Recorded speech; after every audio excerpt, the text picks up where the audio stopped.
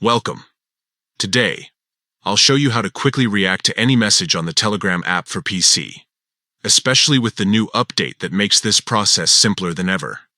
First, launch the Telegram app on your PC. Make sure you are logged in and ready to chat. Once you have the app open, navigate to the chat that contains the message you want to react to. Next, scroll through the conversation and locate the specific message you want to add a quick reaction to. This could be any message from a friend or group chat. Now, simply hover your mouse cursor over that message. As you do this, you will see a small red heart icon appear near the message. This is your quick reaction button.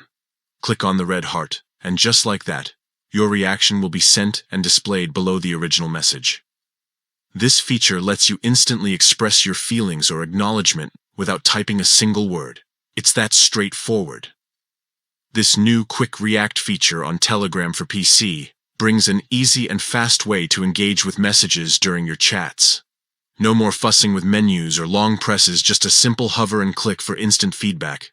Try it out yourself to enhance your Telegram experience on desktop.